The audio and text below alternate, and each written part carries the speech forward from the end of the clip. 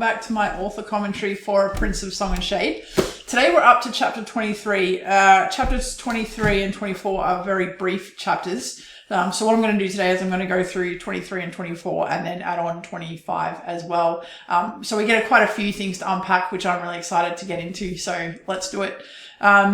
Chapter 23 is a tough one, obviously flushed with the triumph or excitement at least of her and the Shadow Hawk having recently tracked down such a fantastic lead on vengeance and a way to perhaps get to them or identify them, learn where they hide out.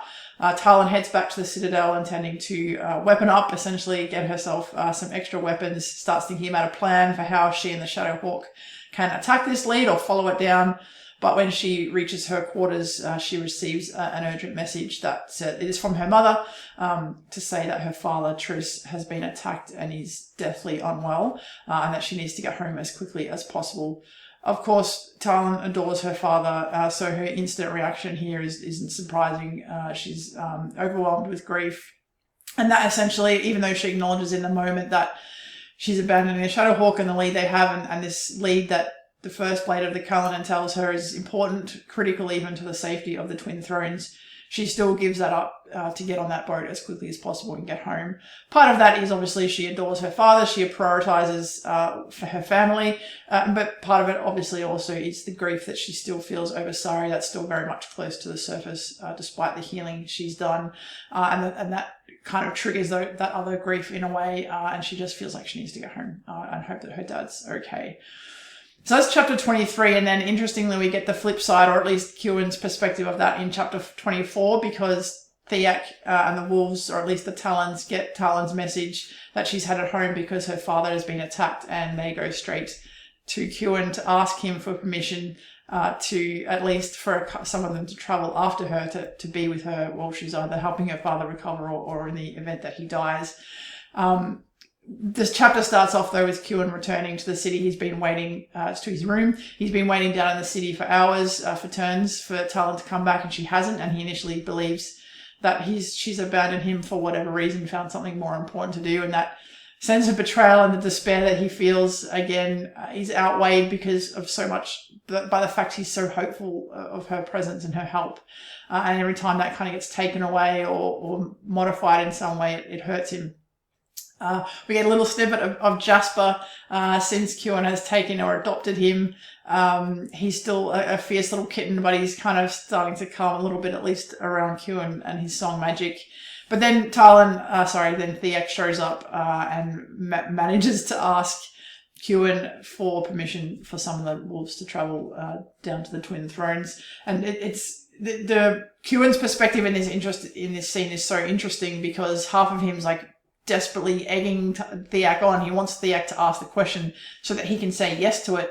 But at the same time, he has to behave like he doesn't give a toss about the fact that Talyn's father might die when inside this news and how he knows it will affect her makes him realize, I think, for the first time how strongly he's come to feel about her, and he immediately pushes that aside and dismisses it. But it's this news that kind of brings that to the surface in him.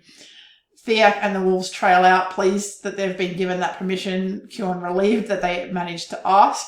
And then interestingly, Talyn shows up. And you'll remember from my commentary in some of our earlier chapters in this book, Talyn has started to put the pieces together of who Talyn might be. And when she comes back to Mithranar and admits that she does have a winged folk parent, it kind of confirms the theory for him that Triss might be identical with Tristan Siantar, heir to the Siantar family.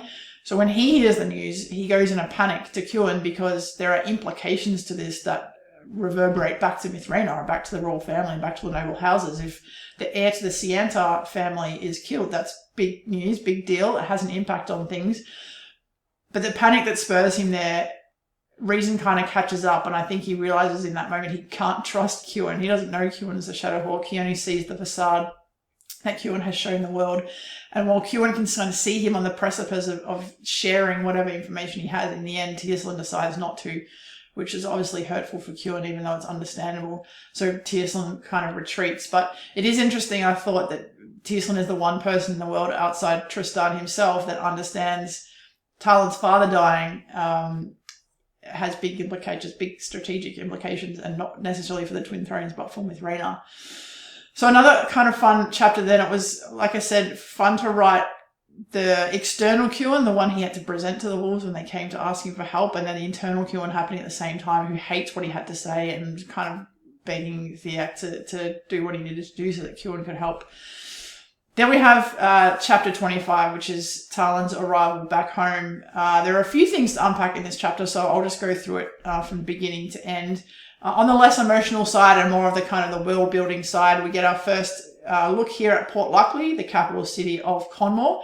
This city features a lot in the early series, the prequel to A Tale of Stars and Shadow, the story about Rhianna and Elendor Dumnorix. So it's fun for me as the author who spent a lot of time in this city before to reintroduce it in this series, have Talyn come back and get a bit of a brief overview of the city, what it looks like. And we also get to meet in this early part of the chapter another Dumnorix relative, Aaron Dumnorix, Sky Chieftain, Sky named Saw, and our first proper introduction to Sky Riders, in the sense that Talyn actually gets to ride one of those massive eagles from Port Luckley to her home in Lyle. Saw, Aaron, is another interesting character. He's very much a side character throughout this series, but like all the Dumnorix, he's an interesting dude. He's very solid, very steady, a bit more like the grim and less excitable Eris and Arthane. Ariel kind of stands out a little bit there in how different his personality is from the others, but loyal and true like the rest of them, and he's there to take Talyn home as quickly as he possibly can. Of course, Talyn arrives home to find that her father has died in her travel and while she was traveling back home, and this kind of rips open any kind of, temporarily at least, any kind of healing she's had over Sari. That grief is still pretty recent, and now her beloved father has also died. Not only that, but she feels and senses her mother's grief. Alina and Triss were a couple that were incredibly in love and loved each other deeply, and his loss impacts Alina in very much the same way that Sari's loss impacted Talyn, just because of the depth of that connection and the steadiness that they feel from that other person in their lives, and having that ripped away is a big thing.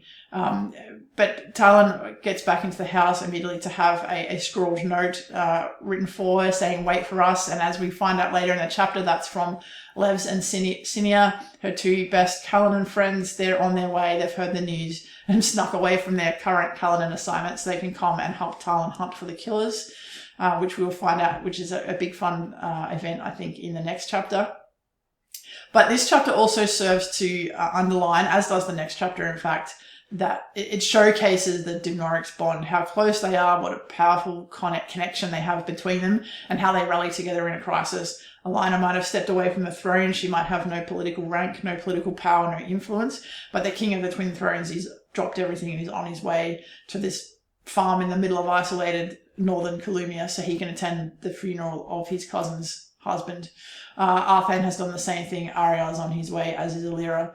The family rallies around each other in a really cool way, and not only rallies around each other, but provides material and practical support.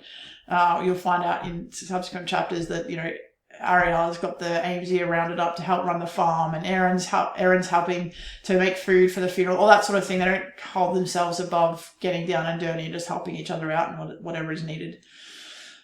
But from Talyn's perspective, that bond is a beautiful thing and a wonderful support for Alina as she goes through her grief. But for Talyn, it's the appearance of Corin and Zamril showing up.